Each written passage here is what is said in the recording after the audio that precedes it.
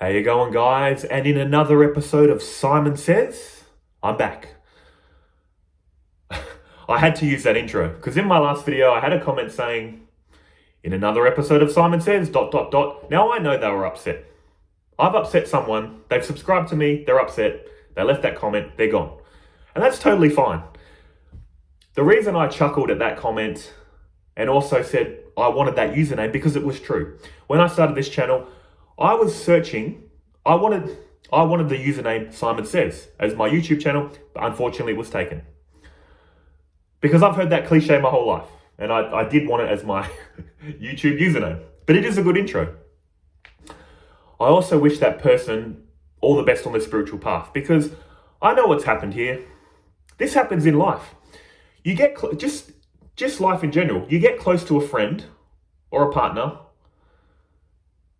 you're really into them, something happens, you drift apart. And it's the same with YouTube, especially spirituality. I've been on this path 11 years, and you go through the spiritual path, resonating with some teachings, really liking what they're saying. Then at a certain point, you don't like what they're saying, it doesn't resonate with you anymore, you leave, you go on to something else. So I know that this is what has happened with this person. They subscribed to me, they like what I said, I must have said something wrong, they're gone. No hard feelings. Because I know how the spiritual path works. We're all trying to get to the top of the mountain, but we're starting at different points. We've all got a unique journey and path. So I just thought I'd put that out there. I know how all this works. I've done the same. I never left comments, but I've done the same. Resonated, not resonated, resonated again with what someone's saying, then not resonated. It's a unique journey. And while I'm talking about people leaving comments, here's a comment I really loved. You'll see it there. I do not want to butcher the name, but I'm going to try my best. Varun Chowdhury 93. There's the comment. I want to go right down to the bottom. P.S. The Telepathy Tapes podcast might be of interest to you in case you haven't listened to it already. And these are the type of comments why I'm so grateful I made this channel. Because I've said this in past videos. I'm on the spiritual path too with you guys. I made this channel to share my knowledge of non-duality, to hopefully help you guys. And you guys that are active in the comments are giving me so many recommendations for videos and books that I go out and buy and read and watch. And here's another example. These telepathy tapes, really good stuff, which I'm going to talk about later. Really good stuff, guys. I love it. Because non-duality, if just say you're a Christian or a Muslim or a Jew, whatever, there's communities for you. You can go to your local church, talk about Jesus, about Christianity. But non-duality, there is no non-dual church. I don't talk about this in my daily life with the average person. I unleash all my thoughts on YouTube. So this is my little community, my little church, where we can discuss ideas and talk about this stuff. It's my outlet. And again, like I said, that's why I'm so grateful for you guys, because you send me suggestions to look up. So we're learning together. I love it. Beautiful. And these telepathy tapes, Google it, YouTube it. You'll really be impressed. What's the general theme of them? I haven't been through all of them, but what I've heard is really good stuff. It's about these autistic children, severely autistic, non-verbal, they can't speak, with telepathic powers. And it's showing you, and they're putting them in controlled environments where this isn't made up. This isn't fake. These children have telepathic powers, usually with the primary caregiver, like their mother. Amazing stuff. This was amazing to listen to, but it didn't shock me. It didn't shock me because that's what basically non-duality is showing you. Non-duality is showing you there is the one undivided, non-objective consciousness appearing as all this. That's why it didn't shock me in the sense of, how is this even possible? Of course it's possible. It's the one undivided source appearing as all this.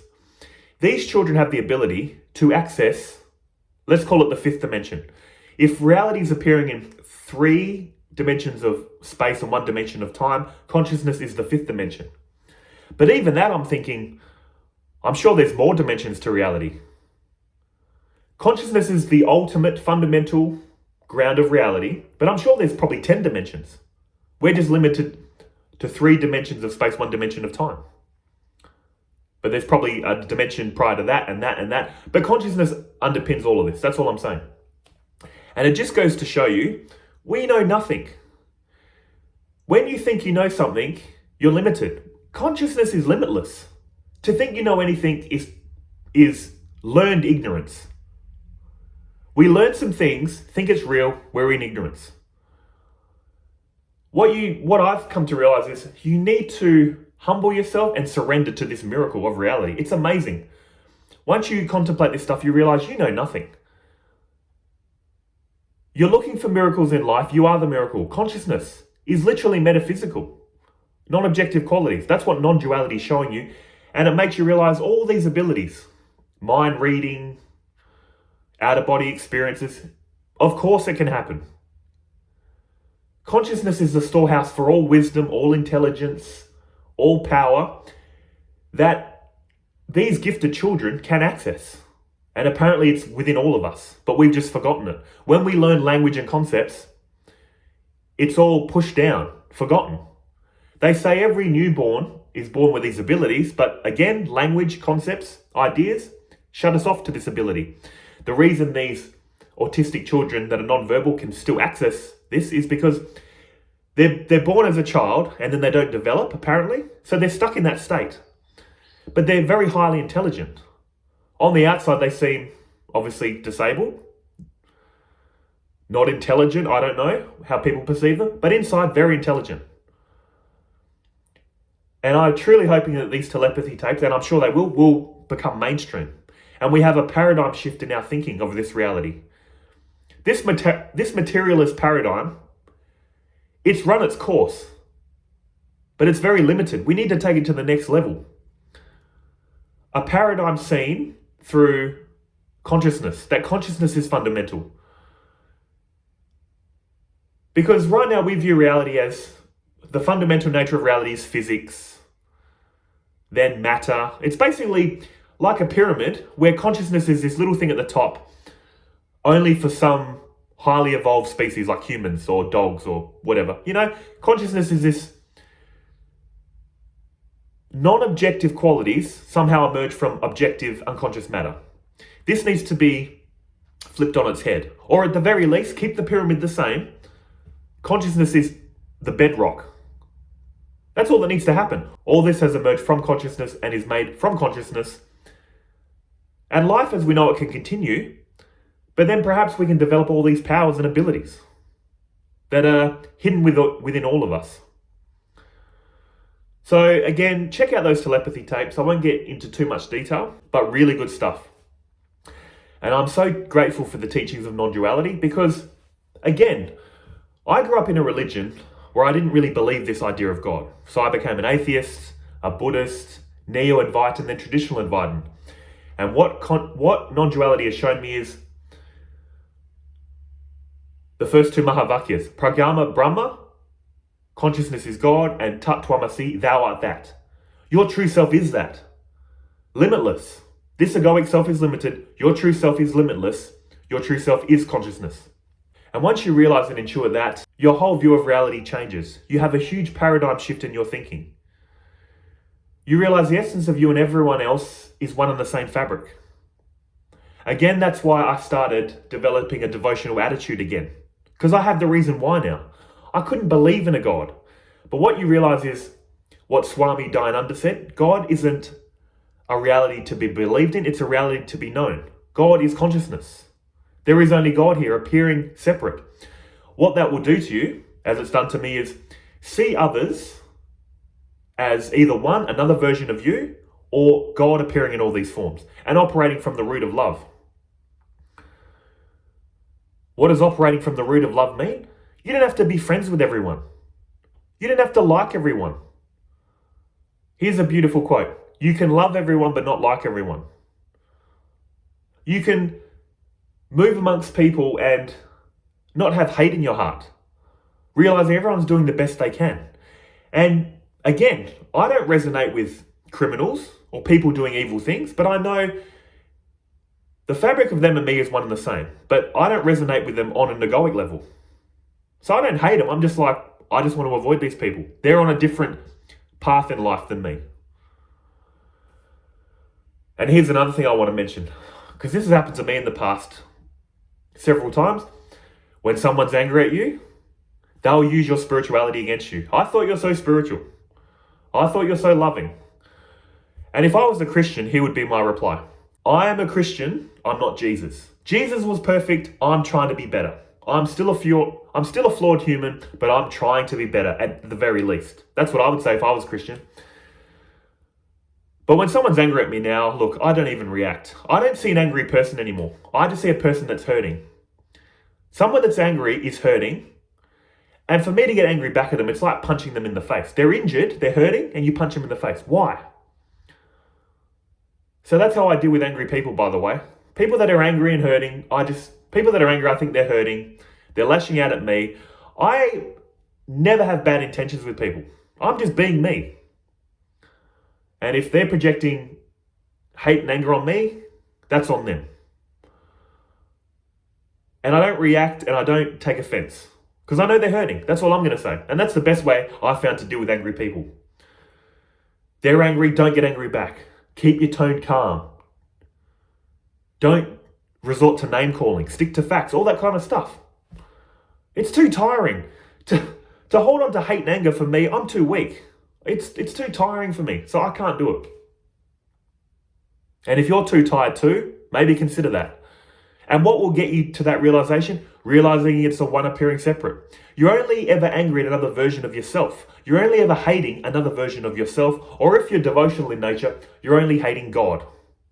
God appearing in this form.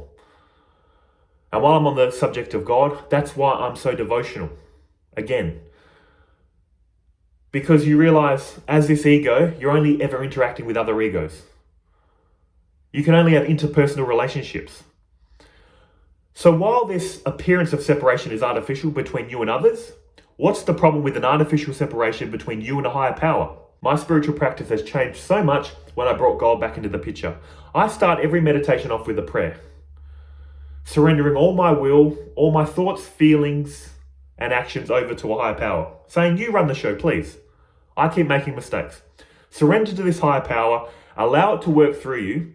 Your life is going to change. Ask this higher power for blessings, for guidance. You can't criticize it unless you've tried it. That's all I'm saying. There's nothing wrong with devotion. You don't want to devote to a God, a higher power, but you call on a mechanic, a plumber, an electrician, a higher power in quotes, when you can't do the job. So non-duality and God is totally compatible. Non-duality and telepathy, or all these supernatural abilities, is compatible. It's the one undivided source, appearing as all this. And the most I ever got to spiritual abilities was lucid dreaming and out-of-body experience. The reason I stopped with that is because it was just getting boring. Lucid dreaming, for anyone that doesn't know, is when you're in a dream and you go, hang on, I'm dreaming this up in bed.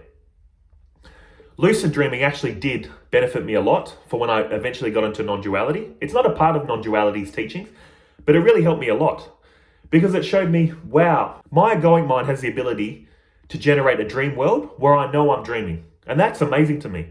You know you're a dream character in a dream world? Wow. The ability for your mind to do that, it really makes you understand that, of course, on a bigger scale, this is probably what's happening. And then you eventually realize that is what's happening. Reality is like God's dream. The materialist paradigm is scratching their heads thinking, how does non-objective consciousness arise from unconscious objective matter? How does that happen? They're scratching their heads not finding the solution because it's the other way around. Apparently, objective unconscious matter is arising from non-objective consciousness, just like in a dream. Some of my lucid dreams felt more real than this reality. I know the dream is just made of mind, but I see dream people, dream objects, dream cars, a dream sky, and you think, wow, there's an objective, solid reality that's coming from my one undivided conscious mind. Amazing. Also things like out-of-body experience. I did a bit of that too, where you kind of roll out of your body and walk around. All this stuff can be learned And I learned this stuff 10 years ago. So I'm sure there's a wealth of information out there now.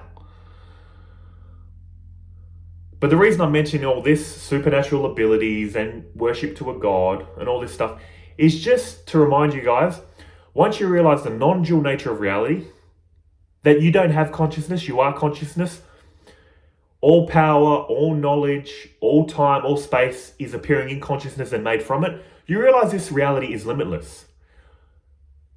You're going to have the mystery and wonder of a child again. You're going to feel humbled and in a state of wonder and in a state of not knowing. When you think you know it all, you're limiting reality. It's limitless. It's amazing. And if you've got the mind that wants to keep on learning and progressing spiritually, you're so blessed. You're never going to have a dull day or a dull moment. And just to end this video, like I said, things like these telepathy tapes, like I mentioned before, again, it's very validating because I wasn't really shocked. I was just like, wow, it's good to see that this stuff is coming out, especially with these children, like I said, that are autistic and non-verbal. It's beautiful to hear their story, that inside of them, they are very intelligent. They know a lot. They can teach us a lot. They're like angels. A lot of them said in these interviews, they wouldn't want it any other way. On the outside, they seem not all there. They can't speak. They don't seem intelligent, but inside, it's so beautiful. And a lot of them, like I said, say they wouldn't want it any other way. They're like our angels, our guides, whatever you want to call them, from another dimension. That's how I view them now. It's amazing, really beautiful stuff. And it just drives home the point. Life and death are concepts. You're the essence of life and death. There's life and death for this ego and other ego selves, but your essence is the source of all life and death. Limitless. There will be nothing to fear at death. You're going to be okay. This reality is ultimately love. And if God was to speak to us, that's what God would say. Move about this reality in a state of love. Love equals God. See others as another version of you or as God appearing separate and pour out love. So that's all I wanted to say, guys. Just a general conversation. My videos have slowed down in recent days or weeks because, as always, for all of us, life is getting in the way.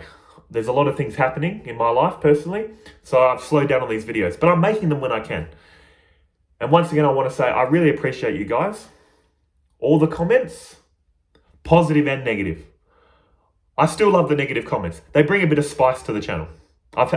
There's so many zingers that people have hit me with over these last 10 months. I love it. So, positive comments, negative comments. Go on, get it out of you. It's all right. I can take it.